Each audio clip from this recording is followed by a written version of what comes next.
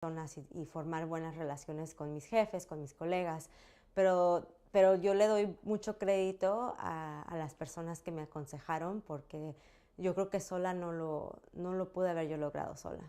O sea, que los papeles no te dieron el trabajo, tú tuviste que esforzarte mucho Sí, para poder lograr ese sí, o sea, trabajo. los papeles fueron los que me permitieron entrar, ¿no? Pero ya una vez estando ahí, yo traté de olvidarme de los papeles y enfocarme solamente en las cosas que podía controlar. Y lo que podía controlar era que me subieran de puesto, que me subieran de paga. Eso es lo que yo podía controlar. Lo que pasaba en Washington y si había una forma migratoria, ¿no? Eso trataba de no pensar, porque si me ponía a pensar en eso, entonces era horrible pensar porque no sabía yo qué iba a pasar. Y cuando te ofrecían, por ejemplo, ya en estos cargos ejecutivos que tú estabas, que tenías que viajar, por ejemplo, Sí, fuera del país, eso, ¿qué excusas dabas?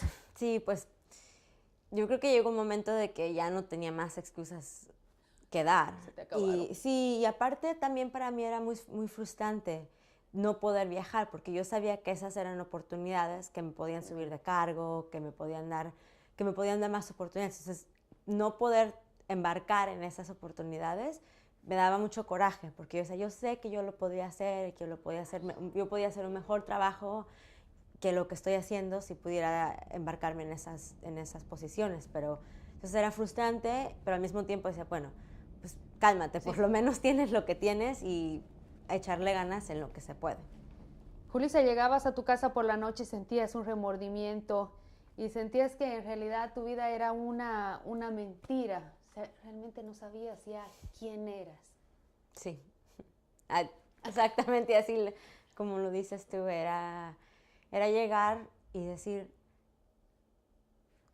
¿cómo puede ser que esta sea mi realidad?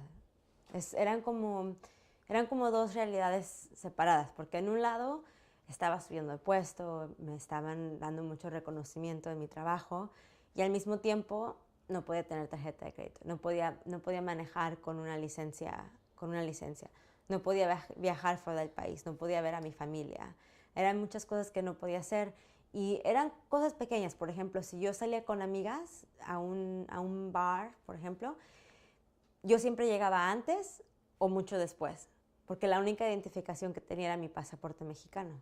Entonces yo no quería que me preguntaran, ¿dónde está tu licencia? ¿Por qué traes tu pasaporte? Entonces para evadir esas preguntas, yo tenía que hacer muchas cosas pequeñas, pero esos detalles pequeños se acumulaban y se acumulaban y se acumulaban, y al final del día decía, ya no puedo más. Desgastante. Sí, ya no, ¿cómo voy a poder yo seguir? Porque era una mentira. Si esa es una mentira, tienes que decir otra mentira. Si es otra mentira, otra mentira. Entonces yo sentía que mi vida toda era una mentira. ¿Y qué era lo que te daba fuerzas para seguir adelante? Mis padres y Dios. Y Dios. Mis padres y Dios, mis amigos. Hablando de tus padres, el peor momento para ti fue la pérdida de tu papá, ¿eh? Que no pudiste llegar. Sí, eso fue muy difícil para mí porque mi papá y yo por mucho tiempo teníamos problemas como en relación de hija y padre. Y yo, algo que no he contado es que como una semana antes de que mi papá falleciera, yo llegué tarde de haber salido con unas amigas y se me metió la idea de hablar a México como a las 3 de la mañana. Y yo le hablé hablé con mi papá y le digo, papá, papi, perdóname por estas cosas. Y él me dice, mija, es bien tarde, duérmete. Le digo, no, papi, pero es que quiero hablar contigo. Entonces platicamos un buen rato y yo le doy gracias a la vida y a Dios que me permitió poder tener esa plática con mi padre una semana antes de que él falleciera, porque si no, yo no sé cómo yo hubiera podido pasar esos momentos sin haber yo tenido esa conversación con mi papá. Y sí fue muy difícil no poder verlo, no poder abrazarlo, no poder estar con mi familia también, con mi mamá. Mis papás estuvieron casados más de 30 años y no poder estar con ella, no poder estar con mi hermano que tenía 14, 15 años cuando mi papá falleció. Fue muy difícil ese tiempo de mi vida. Esa llamada que uno nunca quiere recibir, ¿verdad? Sí, sí. En impotencia de no poder llegar. A mí me pasó lo mismo. Yo estaba lejos y es como... Sí, es lo que dices tú, la impotencia, de que no puedes hacer nada. ¿Qué puedo hacer? De saber que hay ciertas cosas en la vida que en realidad no tienen solución, que no se puede hacer nada. ¿Cómo logras cambiar tu estatus? Yo tenía novio de un muchacho que conocí en la universidad y cuando pasó esto de mi papá, yo estaba segura que yo me regresaba a México. Llegó un punto en que yo dije, ya no puedo más, ya no puedo más. Y yo me dije a mí misma, ¿sabes qué? Si yo pude lograr llegar hasta donde llegué aquí en Estados Unidos, puedo hacer lo mismo en México. Yo me voy, yo me regreso a México y en mi país voy a ver qué se puede hacer. Algo voy a poder hacer allá también.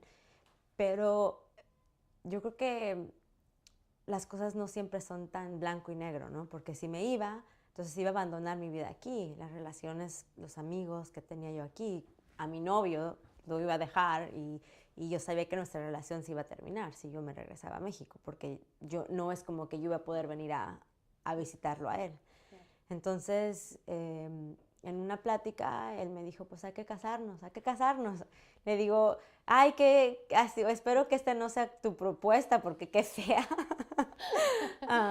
Pero él me dijo, no, sí hay que casarnos. Entonces nos casamos y como él es americano, así es como yo pude regularizar mi estatus migratorio.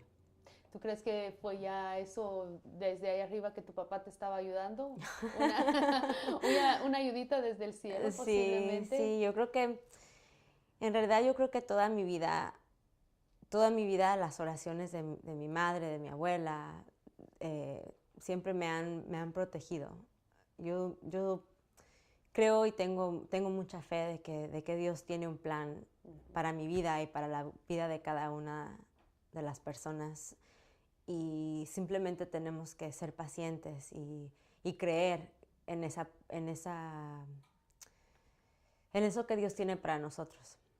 Lo que tiene preparado. Sí. En una entrevista leí que ¿tú crees que tu papá confundió a tu hermana pensando que eras tú, que tú pudiste llegar allá? Sí, porque mi papá falleció como a las 8:30 de la mañana, más o menos. Como a las 6 de la mañana yo hablé por teléfono con él, pero él ya no podía hablar, pero yo sabía que él me escuchaba, porque le pusieron el teléfono, entonces yo estaba hablando con él y dije, papi, ya voy, ya casi, espérame, ya voy a llegar, espérame. Y mi hermana me platicó que ella se había ido a bañar porque había estado ahí toda la noche y cuando ella regresó, mi papá ya no veía por lo de la diabetes, él le dijo, papi, ya llegué. Entonces él toma un suspiro más y es cuando falleció. Y yo pienso que él pensaba que era yo y que ya se podía, como que ya podía descansar porque ya había llegado su niña.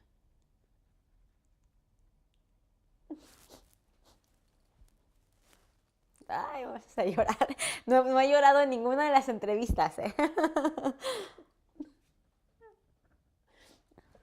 Ay, perdón. Ya me hiciste llorar. Yo dije, no voy a llorar en ninguna entrevista.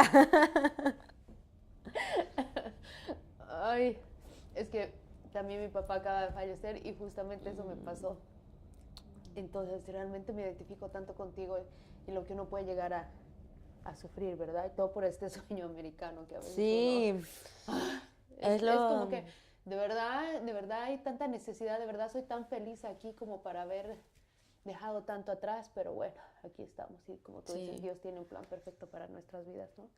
Y para eso es, a veces siento que ese es el coraje que yo sigo teniendo, es de que cuando la gente habla de los inmigrantes, hay muchas veces que hablan de nosotros en una forma tan negativa y yo digo, nadie deja todo atrás.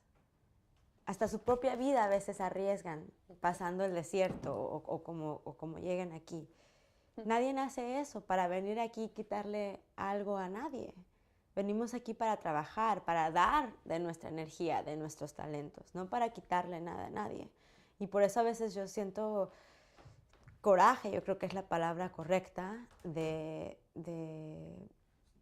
que la gente no entiende quiénes somos y por qué venimos.